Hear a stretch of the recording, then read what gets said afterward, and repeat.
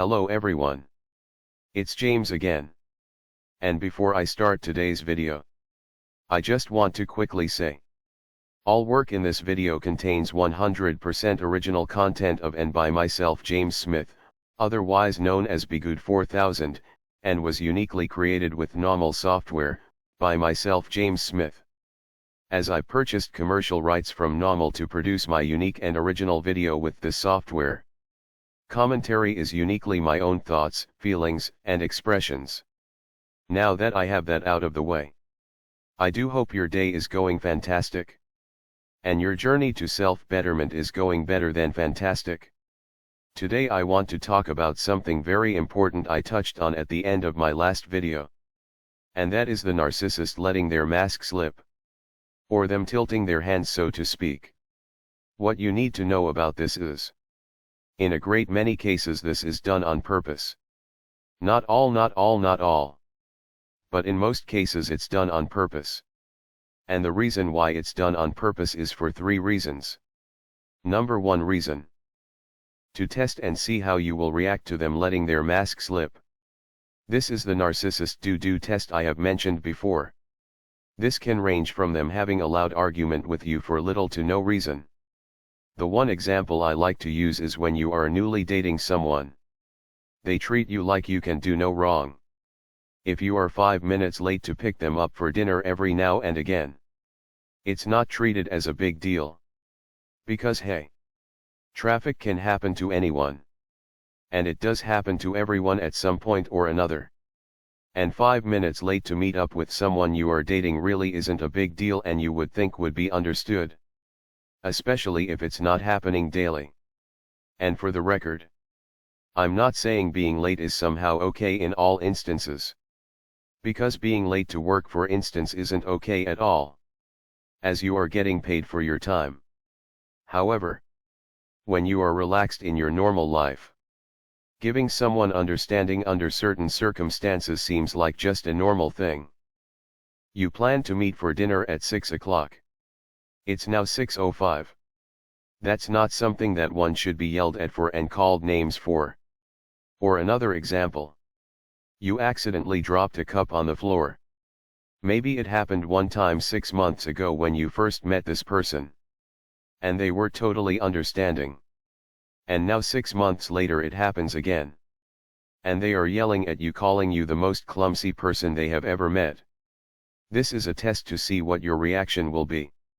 The second reason why they tilt their hand ties into the first reason. And that is to get you to sign off and go along and accept this mistreatment. The narcissist. The covered ones especially give out their mistreatment all in one dose. Yes.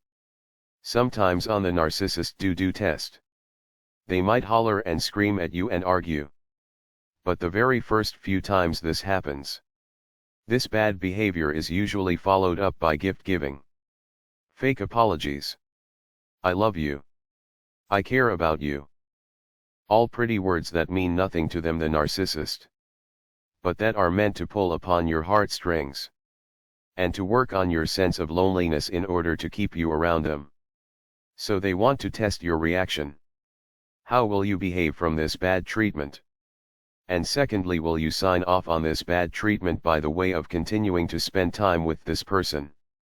No matter it be a so-called friend, someone you're dating, or someone at a place where you work. And the last reason is an obvious reason.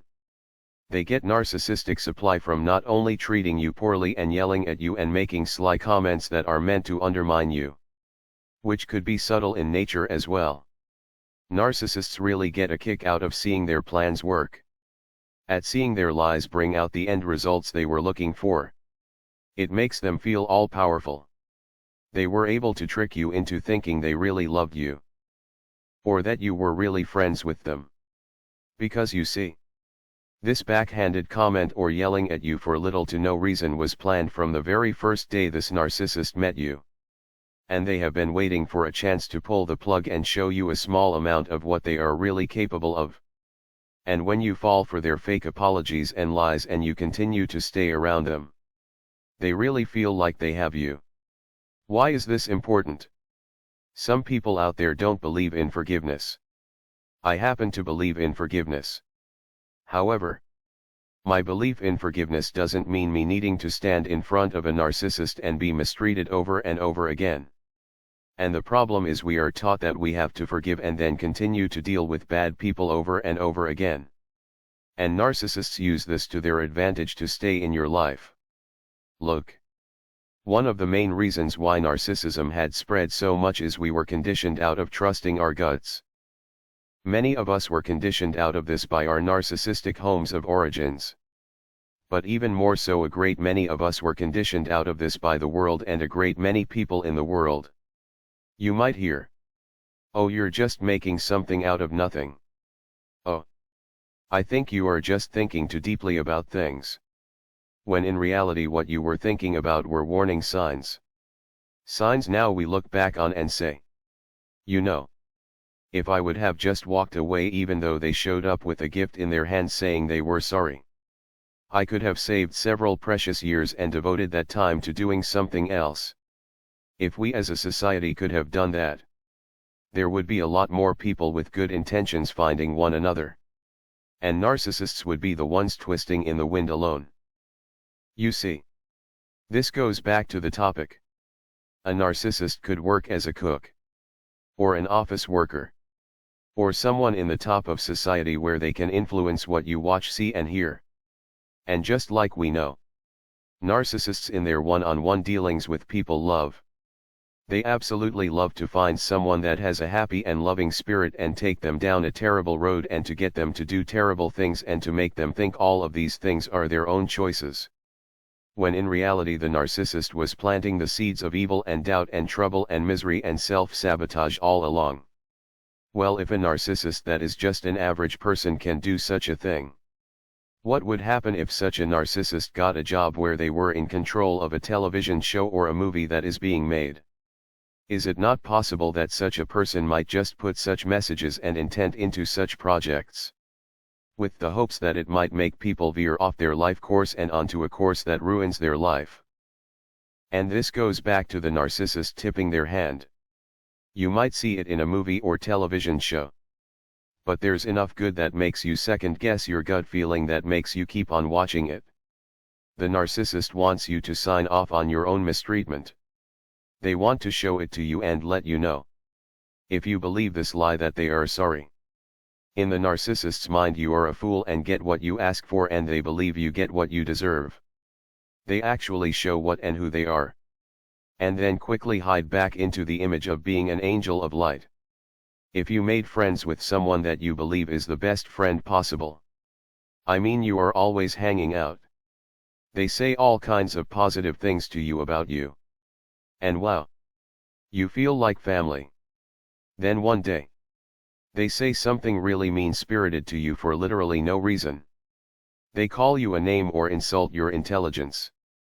And you can tell there's something off. You've mutually joked around before. But this comment was without reason. It was without cause. And sometimes doesn't even fit the conversation or setting. And they just out and out insult you. Or they make a backhanded comment subtly undermining you. And you feel it in the pit of your stomach. During all of your joking around with this person, you have never felt such a feeling. But today you feel it. I'm here to tell you, you are likely being tested and inspected for your reaction, and waiting for you to sign off on being mistreated. So what do I do? Or what do I try to do? Because this still catches me off guard as well from time to time. Go home and think about it. Don't react to this person. When they initially do this, I pretend like I didn't hear it and I change the subject. And then I go home and slow things down. And then I do my best to trust my gut. And when they call or text I might still answer. But I make sure I don't answer right away. So much so I become boring to them.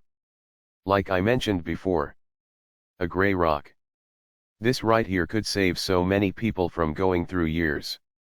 And I do mean years of narcissistic mistreatment. Because majority of us, when we look back, we say to ourselves, what were we thinking? Now to the narcissists' credit, they are masters, and I do mean masters at what they do. And for many of us that were raised in such a home, we were conditioned to accept such treatment. And then we have a lot of people in society and what we see in our television and movies telling us that getting mistreated like this is normal. And by us questioning what is happening, there is something wrong with us. We just went along with it. And for all of those reasons and others as well, don't beat yourself up. It could happen to anyone. However, it's our job, those of us that went through it, to talk about it again and again and again. To wave the alarm to those that are in their first possible narcissistic relationship. They are 6 months in. They are being love bombed like no one's business, and it feels great. There are a few little hints here and there. But that love bombing feels so good. And then out of nowhere, the pedestal they had us on was kicked to the ground, and now we are being called every name you can think of. For simply being 5 minutes late to dinner. Or not spending enough on a gift. Which is a topic all unto itself. Or we dropped a plate by accident.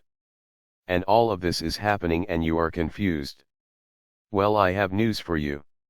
It's meant to confuse you. And that would be actually a fourth reason. To confuse you. Because if you are seeing one thing, meaning nice treatment, they are love bombing you so good. And then out of nowhere they are yelling at you when you aren't even expecting such a thing. It will confuse you. And what do people that are confused tend to do? Not make good choices. You see, if you are able to think logically and soundly, there's a chance what they are showing you and doing to you wouldn't work. Let's say if you met such a person and from day one they were treating you poorly. You would say to yourself, this is someone I don't want to be around. This is something that isn't a good situation for me to be a part of. So what the narcissist does is they slowly and over a period of time drag you out to the deep end of the ocean, metaphorically speaking. And then they change up from peacefully swimming with you to going after you like an evil sea monster. This would stun anyone. And make you so confused you might end up going along with what's going on. That's why this message is so important. If this is happening to you right now, and if you go along with it, you will likely be in for years and years and years of a painful life. A life where the narcissist robs you of your identity and turns you into someone that is even scared to talk for fear what you say might make you be mistreated. Look around, people. Look at the entertainment you consume.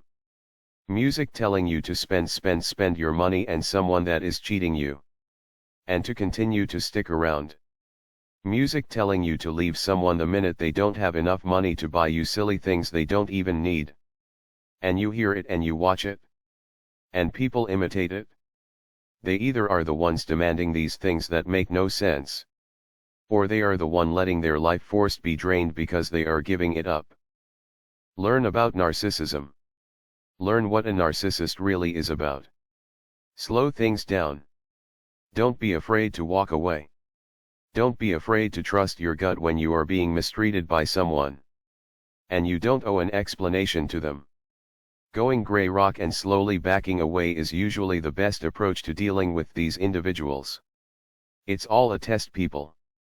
It's all a test. What will you take, and will you sign off on them mistreating you? So when their mask slips or fully drops, be glad.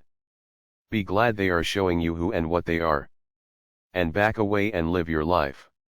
Live a happy life. With that said, I thank you all for your support. It means so much to me. It really does. And I do hope your day is blessed. And until next time. Bye for now. And be good to yourself.